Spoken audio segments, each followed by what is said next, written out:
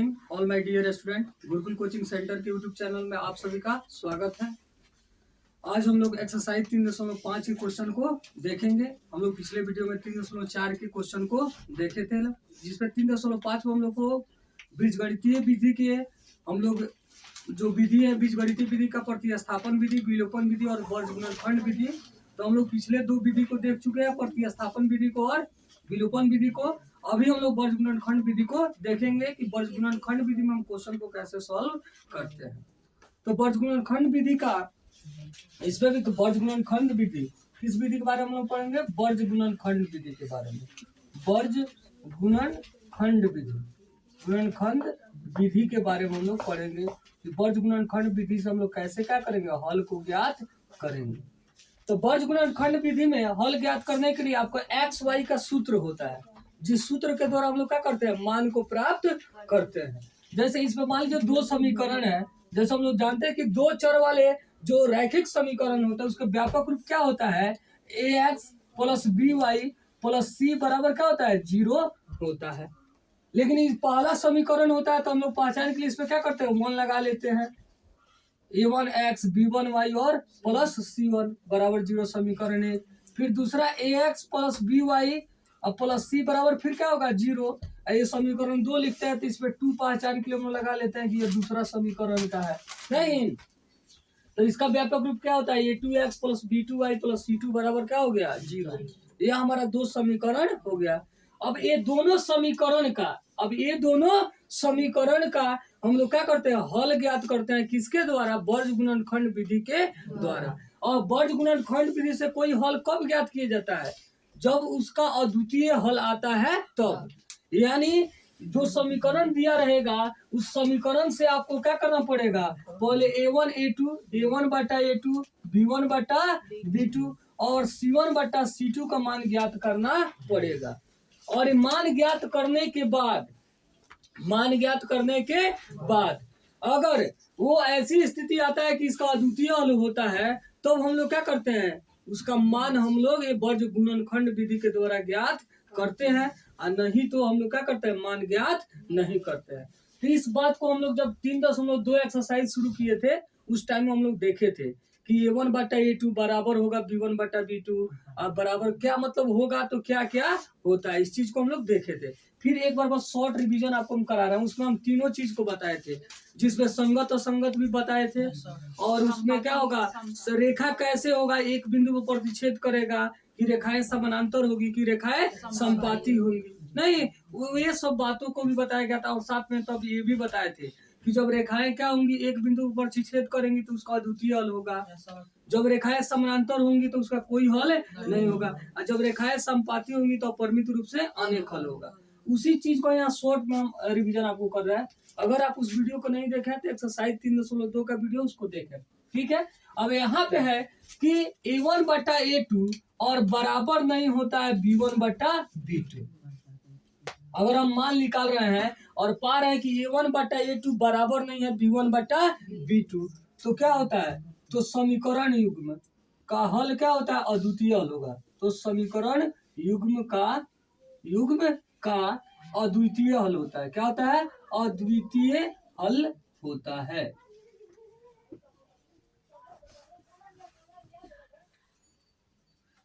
यानी हम लोग निकाले बाबू a1 बटा a2 और b1 बटा b2 का मान, और निकाले पे हमें क्या प्राप्त हुआ कि a1 बटा a2 का मान जो है वो b1 बटा b2 के बराबर नहीं है। तो उस शर्त पे क्या होगा, तो समीकरण का क्या होता है, अद्वितीय हल होता है। और तभी हम लोग को क्या करना है, हल ज्ञात करना है। किस विधि से, यह वर्ग गुणनखंड विधि से। लेकिन अगर आप निकाल रहे हैं, आ जाता है a1 बटा a2 अब बराबर b1 बटा b2, लेकिन बराबर नहीं आता है c1 बटा c2 का। माने a1 बटा a2 बराबर है b1 बटा b2, लेकिन बराबर नहीं है c1 बटा c2 का। तो क्या होता है, तो समीकरण युग्म का कोई हल नहीं होता है। तो समीकरण युग्म का कोई हल नहीं होगा, युग्म का कोई हल नहीं होता है, कोई हल नहीं होता है, कोई हल नहीं होता है, कोई हल नहीं होता है, ठीक है। और जब a1 बटा a2 मान निकाले a1 बटा a2 का, फिर b1 बटा b2 का और c1 बटा c2 का, फिर देखें कि तीनों का मान भी बराबर आ गया, A1 बटा A2 का मान, B1 बटा B2 का मान और C1 बटा C2 का मान। तो क्या होता है, तो समीकरण युग्म का, समीकरण युग्म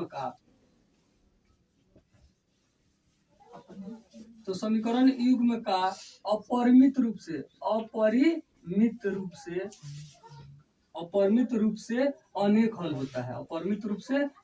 हल होता है, अनेक हल होता है। जब ऐसा स्थिति आ जाता है तो तीनों का अनुपात जब बराबर आ जाए, A1 बटा A2 बराबर हो जाए B1 बटा B2 और बराबर हो जाए C1 बटा C2, तो क्या होता है, समीकरण युग्म का अपरिमित रूप से अनेक हल होता है।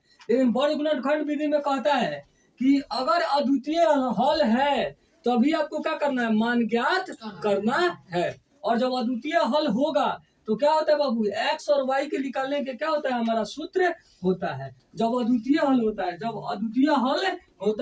तो x का फॉर्मूला होता है, x का मान निकालने का क्या होता है, B1C2 माइनस, देखिए इसको वर्गगुणनखंड विधि क्यों बोलते हैं भी हम आपको बताएंगे, B1C2 माइनस B2C1। देखिए इसमें तिरछा, जैसे B का 1 लिया गया तो C का क्या लिया गया है, 2 लिया गया है। इसका 1 लिया गया तो इसका क्या लिया गया है, 2 लिया गया। माने एक का 1 से तो एक का 2 से। माने यहाँ पे हम आपको लिख दे A1, यहाँ पे हो गया B1, यहाँ पे हो गया C1, यहाँ नीचे लिख दे A2, यहाँ लिख दे B2 और यहाँ पे लिख दे C2। तो देखिए क्या हुआ है, B1 से किस पे गुना हुआ, C2 में, B1 से C2 में, और B2 से किस पे गुना हुआ है, C1 में। B1C2 माइनस B2C1 दिख रहा है। वैसा ही नीचे जब लिखते हैं तो क्या होता है, A1B2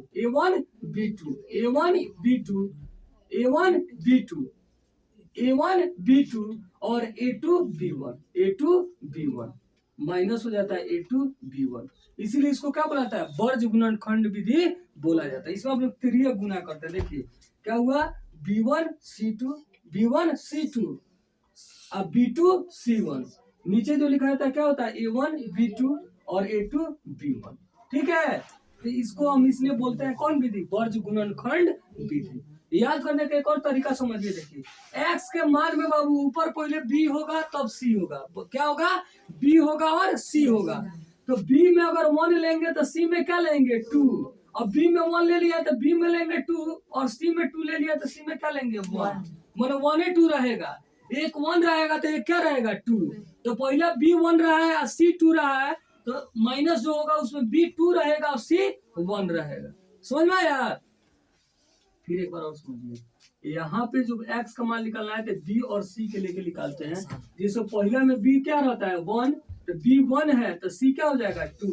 क्योंकि अभी देखे तिर्य गुना, तो यहाँ b में 1 में से लिया है तो c किस में से लेंगे, 2 में से। b 1 में से लिया है तो c किस में से लेंगे, 2 में से। तो b1 और c2। अब b1 ले लिया है तो अगली बार क्या, b1 लिए तो क्या लेंगे, b2 लेंगे। तो b2 लेंगे तो b2 के साथ क्या लेंगे, c1 लेंगे। यानी यहाँ 1, b में 1 तो c में 2 और b में 2 तो c में 1। ठीक है, और नीचे क्या हुआ, A1B2 तो A1 लिया है तो अगले बार में क्या लेंगे, A2, और जब A2 लेंगे तो b क्या हो जाएगा, 1 होगा। ठीक है, उसी तरह जब y का मान निकालेंगे तो इसमें क्या देखें हम कि b c लिया गया है। अब आपका क्या बच गया है, C लिया गया है, यहाँ पे A और B लिया गया है। अब अगला में जब निकालना है तो क्या लेंगे, C और A लेकर के निकालेंगे, C और A। जैसे हम फिर इसको बताते हैं, जब इसको निकालते हैं y का मान, जैसे A1 हो गया, ये B1 हो गया और ये C1, ये A2 हो गया, ये क्या हो गया आपका B2 हो गया और ये हो गया आपका C2। ठीक है, तो यहाँ पे क्या करते हैं, C, अब देखिए B और C में कम हो गया है, अब किस में कम होगा, C और A में। फिर यहाँ पे भी C और A में नहीं, तो यहाँ पे क्या होता है, C2A1, क्या होता है, C2A1 चाहे पहले क्या करता है, पहले A1 लिखो, A1 C2 लिख सकते हैं, चाहे C1 A2 लिख सकते हैं। मतलब मान क्या होगा, प्लस माइनस ऐसे हम लिख रहे हैं, पहले 1 से ही लिखना शुरू कर रहे हैं बाबू, पहले 1 समीकरण से मान ले रहे हैं, तो पहले 1 समीकरण में क्या ले, C1 तो यह क्या हो जाएगा, A2, C1 A2 माइनस, अब क्या हो जाएगा, C1 हुआ है तो C2 हो जाएगा, C1 हुआ है तो अब क्या हो जाएगा, C2 हो जाएगा। C1 हुआ तो क्या होगा, C2 होगा, और ये 2 हुआ तो ये क्या होगा, 1 हो जाएगा। और नीचे वाला सेम वही होता है जो इसमें होता है, क्या होगा, A1 B2 minus A2 B1। ठीक है, C1 A2, ठीक है, और C1 हुआ तो A2, तब C में 1 हो गया तो C में क्या होगा 2, और A में 2 हुआ तो A में क्या हो जाएगा 1, और नीचे जो सेम इस पर आता है वही इसमें भी आता है। ठीक है, अब एक बार और सिंपल से आप फॉर्मूला को याद करने के टेक्निक को समझिए, क्या कैसे आपको याद रखना है। पहले एक्स में चलते हैं, तो नीचे वाला दोनों का सेम है, इसमें कोई अंतर नहीं है। ऊपर वाले में एक्स में पहले बी लेना है, तब आपको सी लेना है। क्या लेना है, पहले बी और तब सी, और जो पहले लेंगे उसका 1 रहेगा, जो बाद रहेगा उसका क्या रहेगा 2 रहेगा। तो बी 1 हुआ और सी 2 हुआ, तो बी 1 हुआ है तो जब माइनस करेंगे तो बी 1 हुआ है तो क्या हो गया, बी 2 हो गया, और सी 2 था तो सी क्या हो गया 1 हो गया। क्योंकि 1 2 ही है, तो जो 1 हुआ है तो अगले बार में 2 होगा, जो 2 हुआ है वो अगले बार में क्या हो जाएगा 1 हो जाएगा। तो बी यहाँ 1 था तो बी क्या हो गया 2 हो गया, सी 2 था तो सी क्या हो गया 1।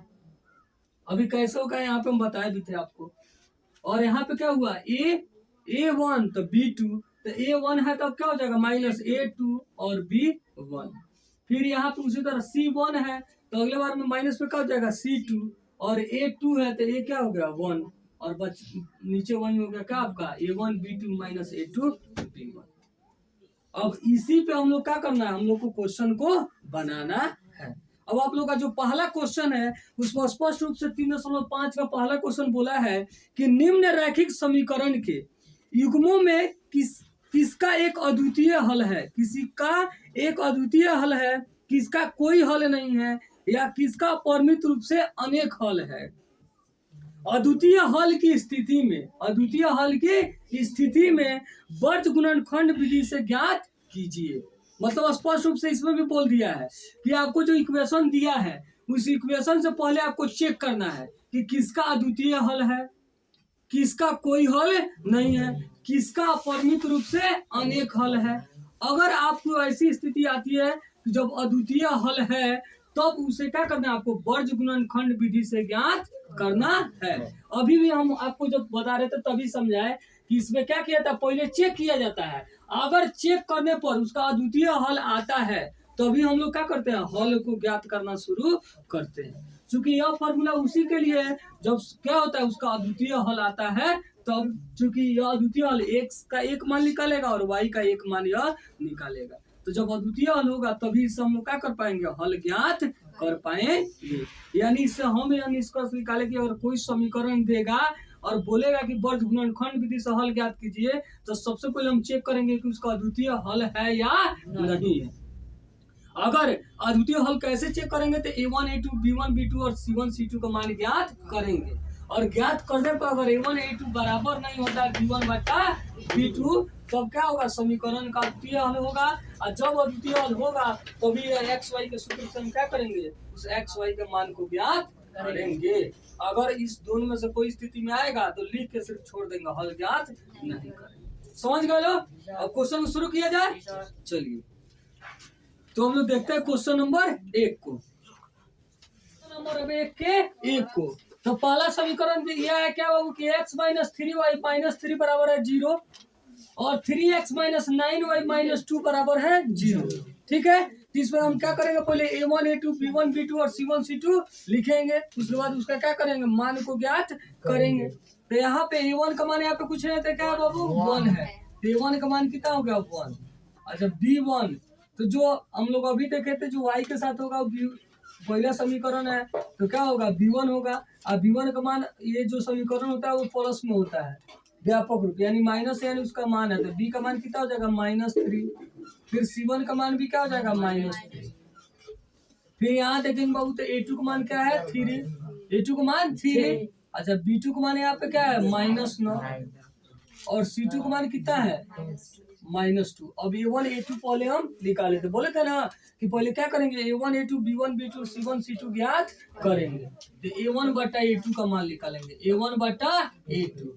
तो A1 का मान कितना है बाबू 1, और A2 मान कितना है 3, तो कितना है 1/3। अच्छा अब B1 बटा B2, B1 बटा B2, तो B1 का मान कितना है बाबू -3 और B2 का मान कितना है -9। तो माइनस माइनस कट का 3 1 जा 3 या 3 3 जा 9 1/3। तो जब यह दोनों बराबर आ जाता है ना बाबू तभी तीसरा निकालते हैं। जब यही दोनों बराबर नहीं आता है तो तीसरा निकालने की कोई जरूरत हम लोग को नहीं है। लेकिन अभी देख रहे हैं कि पहला और दूसरा बराबर आ गया, तो जब बराबर आ गया तब तीसरा निकालेंगे C1 बटा C2। तो C1 का मान कितना है बाबू? C1 का मान है -3 और C2 का मान है -2। माइनस माइनस कैंसिल हो गया, क्या हो गया 3/2 हो गया। तो यह और यह दोनों तो बराबर है लेकिन यह बराबर नहीं है। माने यह A1 बटा A2 का मान 1/3 आया, B1 बटा B2 का मान भी 1/3 आया, लेकिन C1 बटा C2 लिखा देता है 3/2। तो A1 बटा A2 लिखेंगे, इसलिए A1 बटा A2 बराबर है B1 बटा B2, लेकिन बराबर नहीं है C1 बटा C2। इसलिए क्या लिख देंगे, इस समीकरण युग्म का, इस समीकरण युग्म का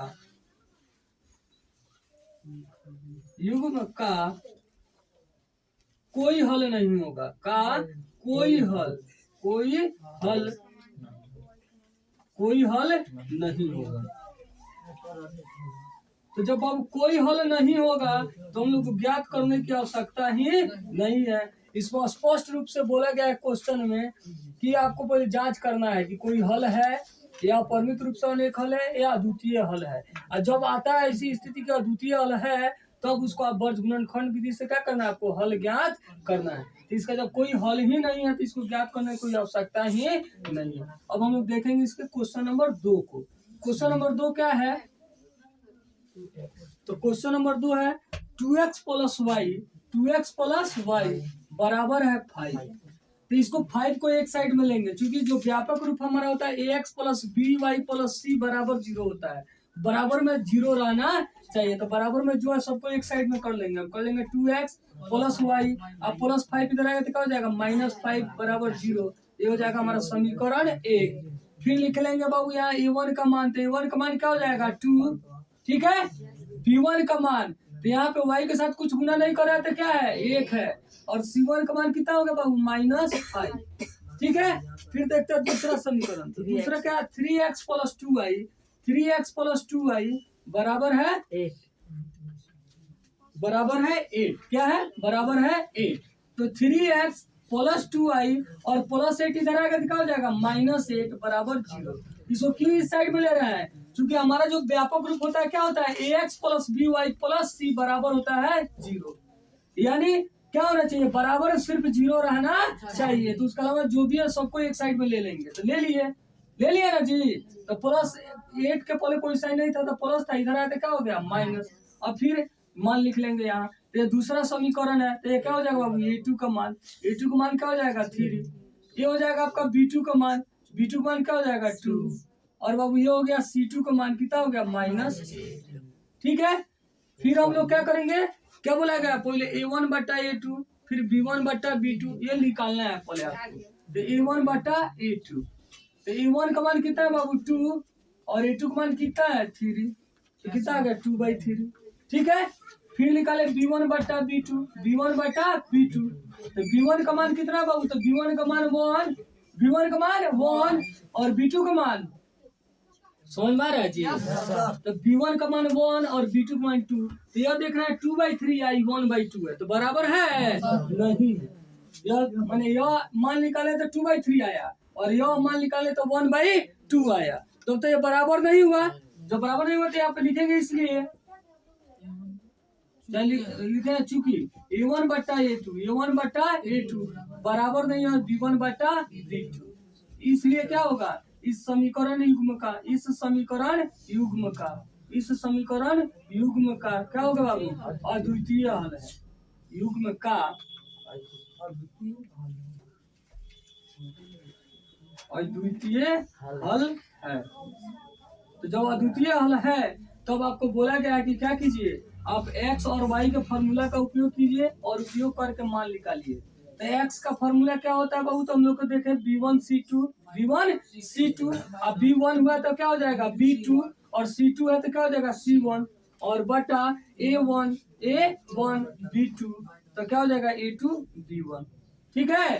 अब इस पे क्या करेंगे, मान को बाबू रखेंगे, क्या करेंगे, मान को यहाँ से जो A1 A2 B1 B2 C1 C2 माने हैं उस मान को रखेंगे। तो चलिए यहाँ रखते हैं बराबर में। यहाँ देखिए बाबू, ध्यान से सब लोग देखिए, यहाँ B1, तो यहाँ चलिए B1 का मान कितना है 1 गुना C2 का मान कितना है -8।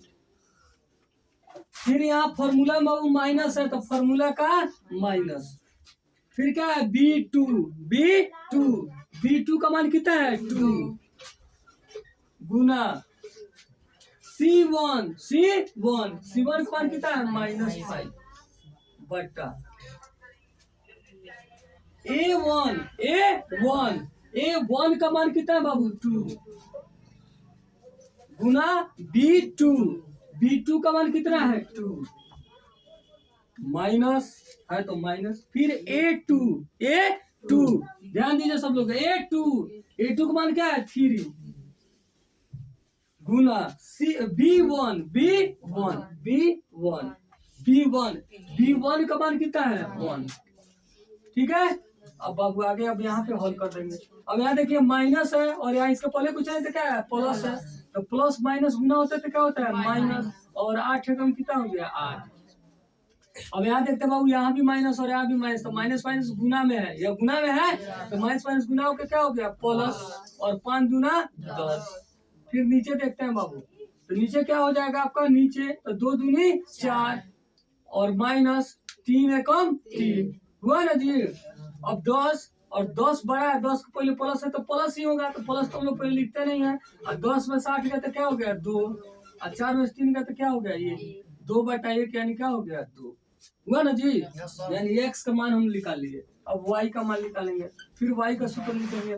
तो y का सूत्र क्या होता है C1 A2, C1 तो A2 तो C2 और A1, नीचे वही होगा A1 B2 minus A2 B1। फिर मान रख देंगे बाबू C1, तो C1 का मान फिर क्या है बाबू, तो C1 का मान क्या है -5 इंटू A2 तो A2 का मान कितना है बाबू 3 माइनस C2 तो C2 का मान यहाँ देखते हैं बाबू कितना है, ये माइनस फॉर्मूला का, ठीक है। और C2 का मान भी माइनस है, तो डबल जब माइनस आएगा तो ब्रैकेट का प्रयोग करेंगे, डबल साइन एक साथ ऐसे नहीं लिखते हैं। अच्छा, इंटू A1 तो A1 का मान क्या है बाबू 2 है, क्या है 2 है, और नीचे वही है जो यहाँ पे था, तो ज्यादा सोचिए क्या, यहीं से ही लिख दीजिए आप क्या कि 2 इंटू 2 माइनस 3 इंटू 1, ठीक है। अरे इसके नीचे जो था x में और y में, नीचे हर वाला दोनों का टर्म सेम रहता है, तो जो x वाले में लिखा वही टर्म को y वाले में लिख लीजिए यहाँ से, ठीक है। यहाँ देखिए माइनस और यहाँ पे प्लस है, कुछ नहीं तो प्लस है, तो प्लस माइनस क्या होता है माइनस। 5 3 का कितना हो गया 15 हुआ ना जी। अच्छा, अब यहाँ माइनस और यहाँ माइनस, तो माइनस माइनस गुना क्या हो जाएगा प्लस, और 8 2 जा 16 माने 8 दूनी 16। फिर नीचे वही हुआ 2 दूनी 4 और 3 एकम 3, यानी अब क्या हुआ बाबू 16 बड़ा है ना, 16 पहले प्लस है तो प्लस तो हम लोग लिखते नहीं, 16 में से 15 जाएगा क्या हो जाएगा ये, और 4 में से 3 गया तो क्या हो गया ये 1 बटा 1 यानी क्या आ गया 1। इसलिए हम लोग लिख लेंगे क्या बाबू कि x बराबर 2 और y बराबर 1 हो गया हमारा। तो वैसे ही हम लोग क्या कर सकते हैं, इसके आगे के क्वेश्चन को बना सकते हैं। तो आप लोग आगे क्वेश्चन को देखिए, हम लोग फिर आगे के क्वेश्चन को हम अगले वीडियो में लेकर के आएंगे। अगर आप चैनल पे नए हैं तो चैनल को सब्सक्राइब करें, वीडियो को लाइक करें और अपने दोस्तों के पास शेयर करें। वीडियो को अंत तक देखने के लिए बहुत बहुत